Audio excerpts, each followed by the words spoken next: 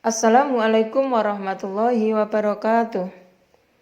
Bertemu kembali dalam pelajaran Sejarah Kebudayaan Islam atau SKI pada bab 4, Hijrah ke Habasah atau Ethiopia. Hijrah ke Habasah yang pertama. Penyiksaan yang dilakukan oleh orang-orang kafir Quraisy pada mulanya berlangsung secara lemah pada pertengahan atau akhir tahun keempat dari kenabian.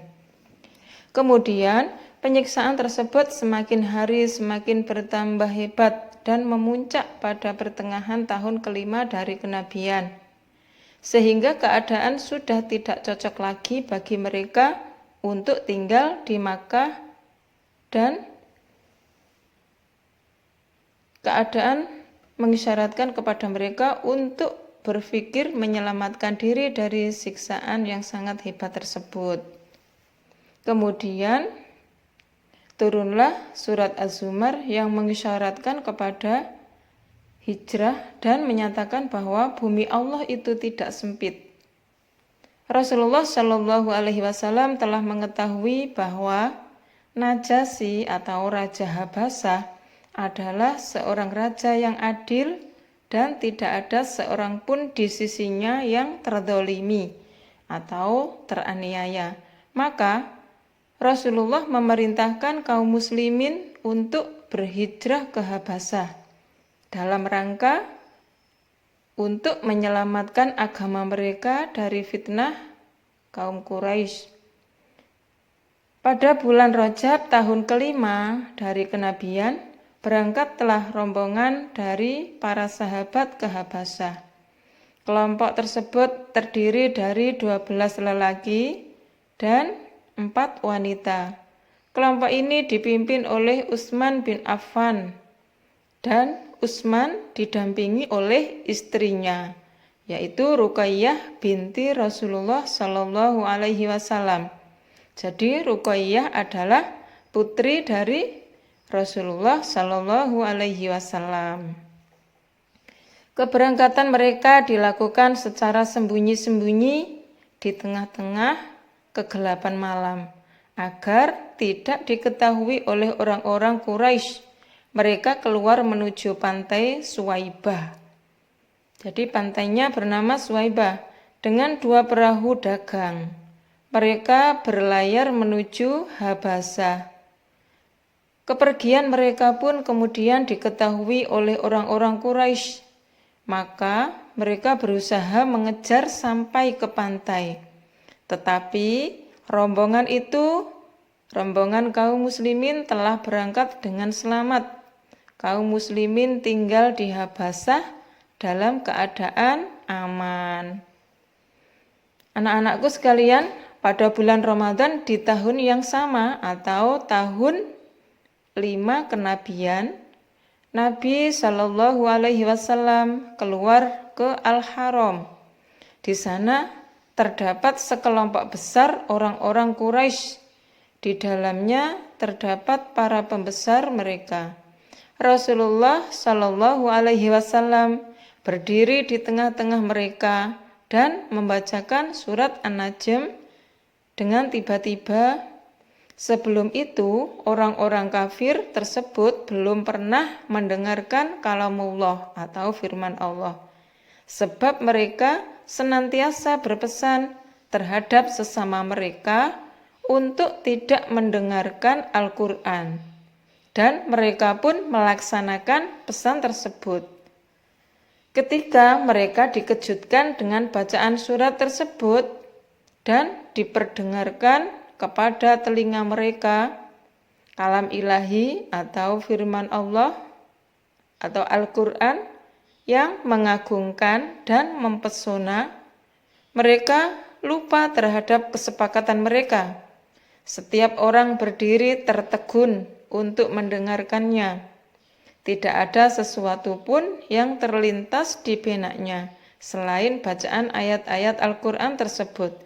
Sehingga beliau pun atau Rasulullah pun membaca ayat-ayat akhir tentang berbagai musibah yang menggetarkan hati. Kemudian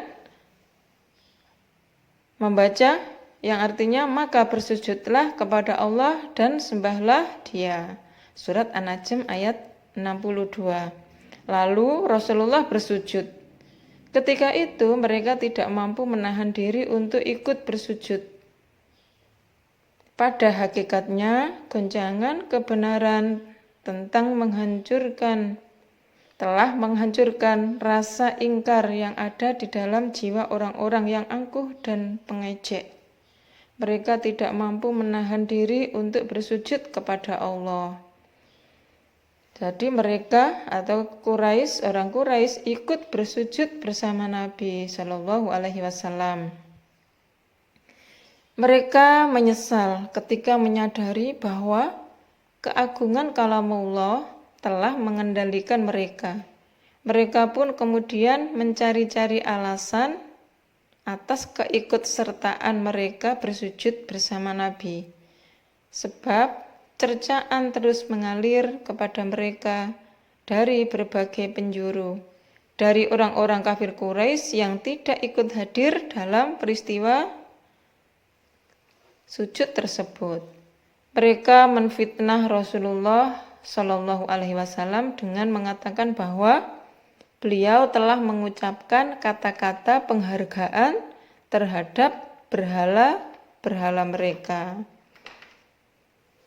Berita tentang sujudnya orang-orang kafir Quraisy bersama Nabi tersebut sampai kepada kaum muslimin yang berhijrah ke Habasyah, tetapi dalam bentuk yang sama sekali berbeda dengan bentuk aslinya.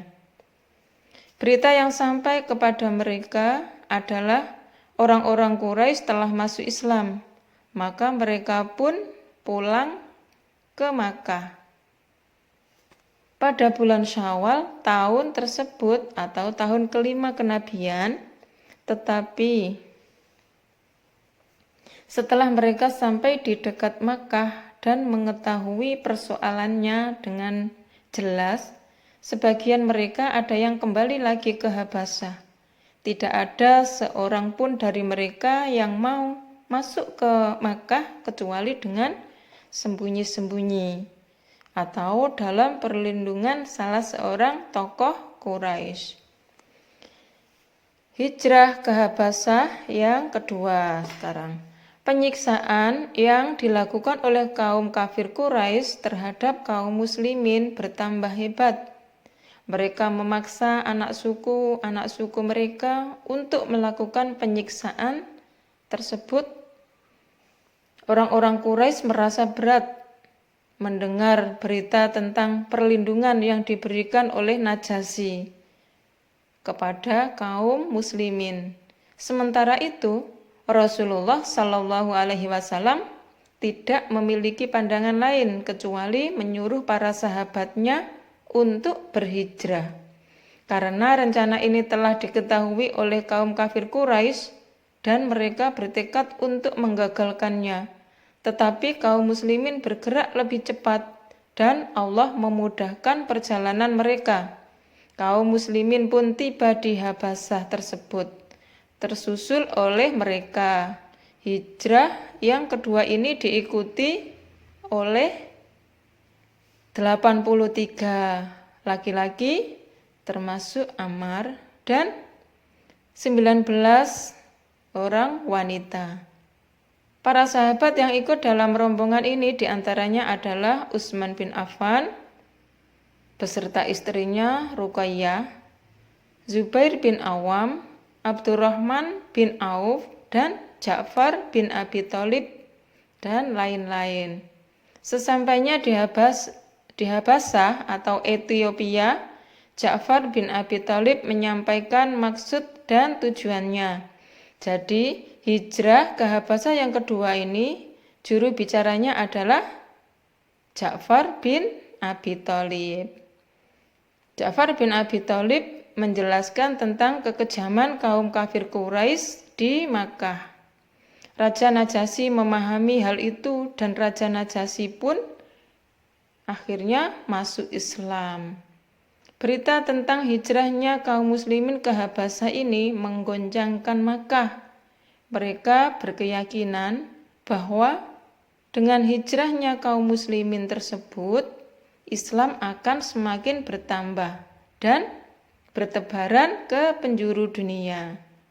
Kafir Quraisy berusaha membujuk Nabi Shallallahu Alaihi Wasallam agar menghentikan dakwahnya, tapi Rasulullah tetap pada pendiriannya untuk terus berdakwah menyebarkan agama Islam. Demikian anak-anak kisah hijrah kaum muslimin ke Habasyah atau Ethiopia. Dapat kita rangkum yaitu antara lain pada bulan Rajab tahun kelima kenabian kaum muslimin hijrah ke Habasyah. Untuk kelompok pertama terdiri dari 12 laki-laki dan 4 wanita. Dipimpin Utsman bin Affan didampingi oleh istrinya Ruqayyah putri Rasulullah Shallallahu Alaihi Wasallam. Hijrah dilakukan dengan cara sembunyi-sembunyi keluar Makkah menuju pantai Suwaibah. Rasulullah Shallallahu Alaihi Wasallam memerintahkan kaum muslimin untuk hijrah ke Habasyah. Karena apa? Karena Raja Habasyah yang bernama Najasyi itu adalah seorang raja yang adil. Pada bulan Ramadan tahun 5 kenabian, Nabi Shallallahu Alaihi Wasallam keluar ke Al-Haram. Di tengah-tengah kafir Quraisy, tiba-tiba beliau membacakan Al-Quran surat An-Najm ayat 62. Ketika beliau bersujud, maka yang dilakukan oleh kafir Quraisy adalah ikut bersujud. Hijrah ke Habasyah kelompok kedua diikuti oleh 83 laki-laki dan 19 wanita. Para sahabat yang ikut rombongan ini diantaranya Utsman bin Affan beserta istrinya Ruqayyah, Zubair bin Awam, Abdurrahman bin Auf, dan Ja'far bin Abi Thalib, dan lain-lain. Demikian, apabila ada kesalahan mohon maaf. Assalamualaikum warahmatullahi wabarakatuh.